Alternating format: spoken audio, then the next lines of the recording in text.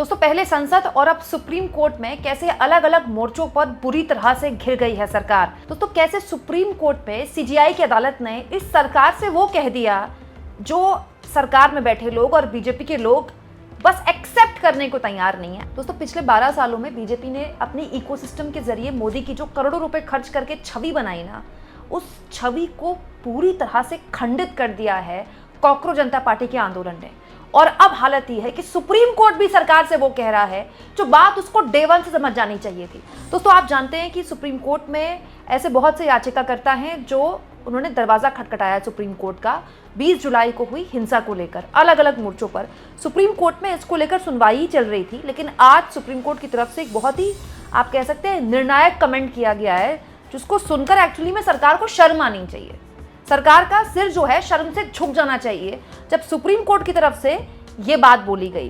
दोस्तों, supreme court में जब याचिका की सुनवाई हो रही थी, याचिका पे तो पिछले कई दिनों से सुनवाई चल रही है, लेकिन आज सुप्रीम कोर्ट ने कहा है कि भले ही कुछ गुमराह लोगों ने पत्थरबाजी की हो, लेकिन युवाओं को शांत करने की जरूरत है। कोर्ट ने यह भी कहा कि सरकार का कोई भी आक्रामक रवैया स्थिति को और खराब कर सकता है और हिंसा को और बढ़ा सकता है। सोचिए, ये बात सुप्रीम कोर्ट कह रही है, ये बात सरकार समझ नहीं रही है, ये बात सरकार को नहीं समझ में आई कि आप देश के छात्रों पर लाठियां नहीं मार सकते, उनके सर नहीं फोड़ सकते, आप उनकी आंखें नहीं फोड़ सकते पैलेट गन से। मतलब दिल्ली में आपने पैलेट गन चला दी, आपने सोचा भी नहीं। खुलेआम सिविल ड्रेस में, सादे कपड़ों में ऐसे लोग थे, ऐसे गुंडे थे जो पुलिस वाले बनकर कैसे, मतलब पुलिस वालों ने अपना नेम प्लेट हटा दिया। शर्मिंदगी की सारी इंतहाएं पार की है 20 जुलाई को सरकार ने। दिलचस्प ये है कि सुप्रीम कोर्ट ये सरकार से कह रहा है कि आप, कुछ बच्चे भले ही गुमराह हो, उन्होंने पत्थरबाजी की हो, जो कि हुई थी 20 जुलाई को, लेकिन फिर भी आपको मामले को शांत करना होगा। आप आक्रामक रवैया दिखाएंगे, अगर सरकार आक्रामक रवैया दिखाएगी तो स्थितियां और खराब हो सकती है, हिंसा और बढ़ सकती है। अब सोचिए, इससे ज्यादा शर्मनाक स्थिति सरकार के आगे क्या होगी। इसकी पूरी गटर मीडिया इवनिंग में बैठकर, रोज प्राइम टाइम में अर्नब गोस्वामी टाइप के एंकर यही बैठकर, ये एंटी नेशनल है, ये एंटी जॉर्ज सोरोस गैंग है, ये फलाना है, यही चलता रहता है। ये जंतर मंतर की हार बर्दाश्त नहीं कर पा रहे हैं बीजेपी के लोग। पिछले 2-3 हफ्ते से यही ड्रामा चल रहा है। 20 तारीख के बाद से इस्तीफा हो गया इस सरकार के एक मंत्री का, लेकिन इस सरकार की जो मीडिया है वो बेशर्मी पर उतरी हुई है। अब तो प्रवक्ता लेवल के लोग खुलेआम बैठकर कह रहे हैं, नहीं, ये तो एंटी नेशनल लोग हैं। आपकी पूरी एक सांसद है जो कह रही है कि पूरी की पूरी जनरेशन गटर जनरेशन है, और सुप्रीम कोर्ट आपसे कह रहा है कि भले ही कुछ लोगों ने पत्थरबाजी की हो, लेकिन आप किसी भी तरह से युवाओं को आपको शांत करने की जरूरत है, जो कि अब तक हो जाना चाहिए था। देखिए, बात सिंपल सी है, आपने युवाओं के दबाव में ही इस्तीफा लिया ना, नहीं तो इस सरकार में कहाँ इस्तीफे होते हैं। तो जब इस्तीफा हो गया था तो फिर इस मामले को खत्म कर देना चाहिए था। लेकिन जैसे जैसे इस मामले को और बढ़ाया जा रहा है, संसद में अमित शाह आकर बयान नहीं दे रहे हैं, आप टीवी में बैठ के दिन रात आपके प्रवक्ता कुछ बोल रहे हैं, मोदी जी हेलो फ्रेंड्स की वीडियो बना रहे हैं अलग अलग मोर्चों पर, मतलब अलग अलग तरह से, सरकार को पता ही नहीं हो हैंडल कैसे करेगी इस पूरे मसले को। सुप्रीम कोर्ट ने सरकार को आईना दिखाया। और तो और, याचिकाकर्ता ने दोस्तों बुधवार में तो एक और बड़ी दिलचस्प बात बोल दी। जो इस पूरे मामले में विक्टिम्स थे, उनकी तरफ से जो याचिका डाली गई थी, उन्होंने कहा है चेतावनी भरे लहजे में कि कल जनरेशन अल्फा, बीटा, डेल्टा आ जाएंगे। उनकी तरफ से कहा गया, जेनजी छात्र प्रदर्शनकारियों के खिलाफ आपराधिक मामले वापस लेने के किसी भी राजनीतिक फैसले का विरोध करते हुए कहा कि ऐसा करने से भविष्य के आंदोलनों के लिए एक खतरनाक मिसाल कायम होगी।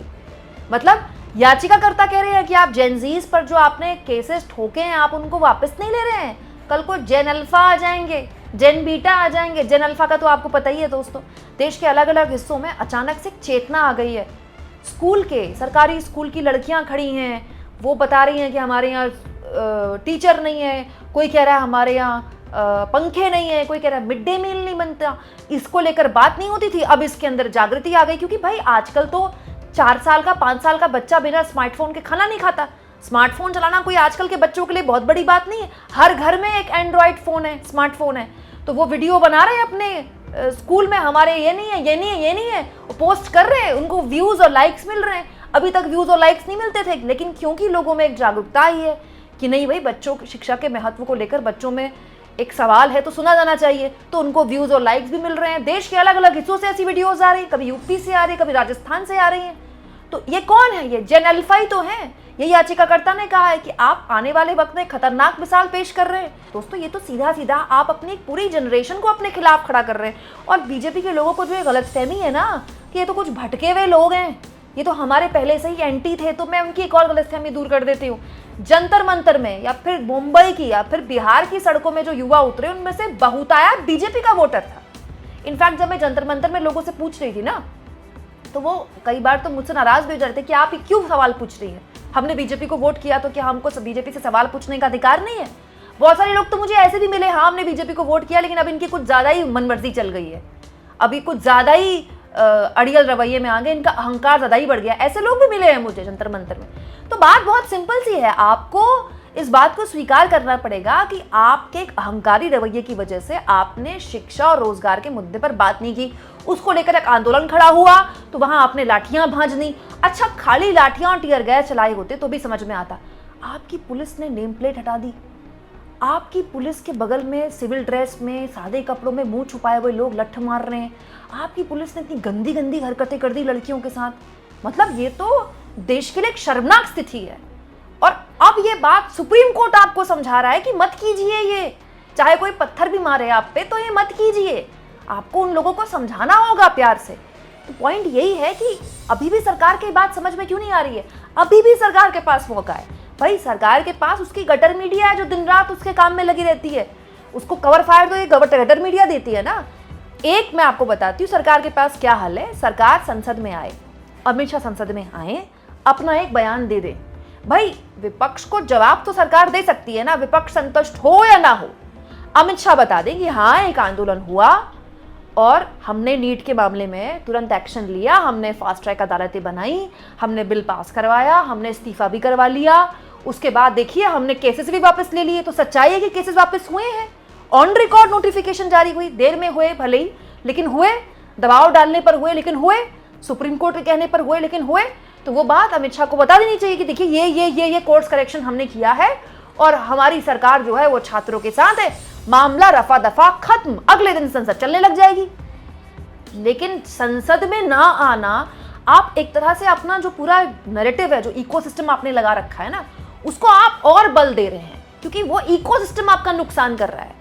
एक्चुअली में जितना लेट सरकार इस मामले को, ये जो रायता सरकार ने फैलाया है, इसको समेटने में लगाएगी ना, उतना उसका नुकसान है। और अब तो सुप्रीम कोर्ट भी कह रहा है कि आप इस तरह से व्यवहार नहीं कर सकते, ये चीजों को और बढ़ाएगा।